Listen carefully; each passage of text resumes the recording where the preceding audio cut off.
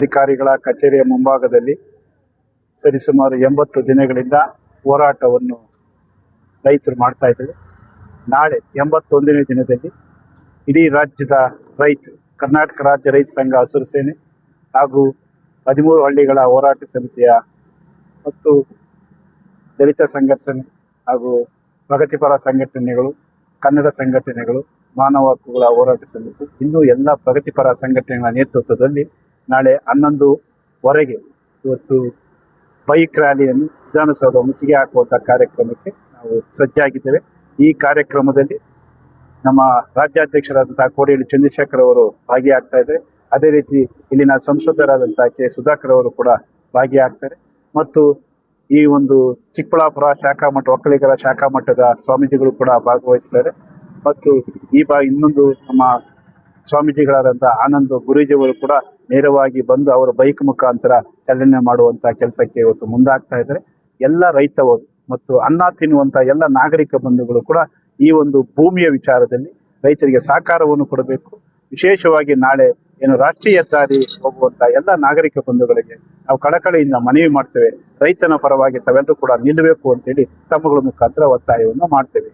ಈಗಾಗಲೇ ಈ ವಿಚಾರವಾಗಿ ನಮಗಿನ ಹೆಚ್ಚಿನ ರೀತಿಯಲ್ಲಿ ತಮಗೂ ಕೂಡ ಗೊತ್ತಿದೆ.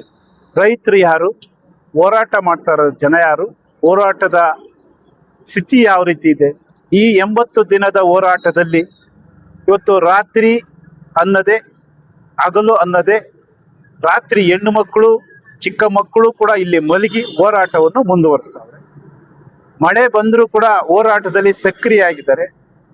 ಏನು ಇವತ್ತು ನಮ್ಮ ದನಕರುಗಳು ಕೂಡ ಇಲ್ಲೇ ಕಟ್ಟಿ ಹಾಕಿ ಹಾಲನ್ನು ಇಲ್ಲಿಂದನೇ ಸರಬರಾಜು ಮಾಡ್ತಾ ಇದ್ದೇವೆ. ಇದು ಯಾರು ರೈತರು ಅನ್ನೋದ್ರ ಬಗ್ಗೆ ನಮಗಿನ ಹೆಚ್ಚಿನ ರೀತಿಯಲ್ಲಿ ತಮಗೆ ಸ್ಪಷ್ಟತೆ ಗೊತ್ತಿದೆ. ಅದರಲ್ಲೂ ಕೂಡ ಜಿಲ್ಲಾಡಳಿತ ಯಾರು ಭೂಮಿಯನ್ನು ಕಳ್ಕೊಳ್ತಾವ್ರೆ ಅನ್ನೋದ್ರ ಬಗ್ಗೆ ಒಂದು ಸ್ಪಷ್ಟವಾದಂತ ಆದೇಶ ಸರ್ಕಾರಕ್ಕೆ ಕೊಡಬೇಕಾಗಿತ್ತು. ಗುಪ್ತದಳ ಸಂಪೂರ್ಣವಾಗಿ ವಿಫಲವಾಗಿದೆ. ಜಿಲ್ಲಾಡಳಿತ ಸಂಪೂರ್ಣವಾಗಿ ವಿಫಲವಾಗಿದೆ. ಇವತ್ತು ರೈತರು ನಮಗ್ ಭೂಮಿ ಬೇಕು ಅಂತೇಳಿ ನಾವು ಹೋರಾಟವನ್ನು ಮಾಡ್ತಾ ಇದ್ದೀವಿ. ಸರ್, ಒಂದು ವೇಳೆ ಈಗ ಎರಡು ಗುಂಪುಗಳು ಒಂದೇ ರೀತಿಯಲ್ಲಿ ಅವ್ರದಾದಂತ ಶೈಲಿಯಲ್ಲಿ ಅವರು ಹೋರಾಟ ಮಾಡಿದ್ರೆ ಈಗ ನ್ಯಾಯಯುತವಾಗಿ ಇರೋದು ಯಾರು ಅನ್ನೋದು ತಮ್ಮಂತವರು ಸೂಕ್ಷ್ಮವಾಗಿ ಅರಿಬೇಕಾಗ್ತದೆ. ಇವತ್ತು ಎಷ್ಟು ಜನ ಹೋರಾಟವನ್ನು ಈ ಭಾಗದಲ್ಲಿ ಮಾಡ್ತಾ ಇದ್ದಾರೆ, ಎಷ್ಟು ರಾತ್ರಿ ಎಷ್ಟು ಜನ ಮಲಗಿದ್ದಾರೆ ಈ ಧರಣಿಯಲ್ಲಿ, ಎಷ್ಟು ಜನ ಚಳುವಳಿಗಳಲ್ಲಿ ಭಾಗವಹಿಸಿದ್ದಾರೆ, ಭಾಗವಹಿಸಿರುವಂತ ಜನಕ್ಕೆ ಯಾರು ಬೆಂಬಲವನ್ನು ಕೊಟ್ಟಿದ್ದಾರೆ ಜನ ಬಹಳ ದೊಡ್ಡ ಮಟ್ಟದಲ್ಲಿ ಅನ್ನೋದ್ರ ಬಗ್ಗೆ ಸ್ಪಷ್ಟೀಕರಣ ತಮಗೂ ಗೊತ್ತು, ಜಿಲ್ಲಾಡಳಿತಕ್ಕೂ ಗೊತ್ತು.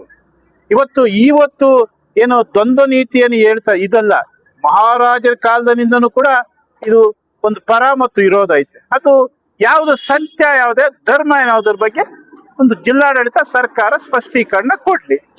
ಸರ್, ನಿಮ್ ಬೈಕ್ ಜಿಲ್ಲಾಡಳಿತ ಅಥವಾ SP ಅವ್ರ ಪೊಲೀಸ್ ಬಿಗಿ ಬಂದು ಪರ್ಮಿಷನ್ ಕೊಟ್ಟಿದ್ದಾರಾ? ಈಗ ಜಿಲ್ಲಾಡಳಿತ ಆಗ್ಲಿ ಸರ್ಕಾರ ಆಗ್ಲಿ ರೈತನಿಗೆ ಪರ್ಮಿಷನ್ ಏನ್ ಬೇಕು, ಯಾಕೆ ಕೊಡಬೇಕು? ನಾವೇನ್ ಕೇಳಿದ್ವಿ ಅವ್ರು ಪರ್ಮಿಷನ್ ಕೊಡು ಅಂತೇಳಿ? ನಾವು ಕರ್ನಾಟಕ ರಾಜ್ಯ ರೈತ ಸಂಘ 46 ವರ್ಷದ ಇತಿಹಾಸ ಇರುವಂತ ಸಂಘಟನೆ, ಅಡಿಯಲ್ಲಿ ಬರುವಂತ ಎಲ್ಲ ನಾವು ಹೋರಾಟಗಾರಿದ್ವಿ. ಇವತ್ತು ನಾವು 1 ತಿಂಗಳ ಹಿಂದೆನೆ ಮಾಹಿತಿಯನ್ನು ಕೊಟ್ಟಿದ್ದೇವೆ. ನೋಡಪ್ಪ, ನಾವೆಲ್ಲ ಬೆಂಗಳೂರಿಗೆ ಮುತ್ತಿಗೆ ಆಗ್ತಾ ಇದ್ದೇವೆ ಅಂದ್ರೆ ಯಾರ ಪರವಾಗಿ?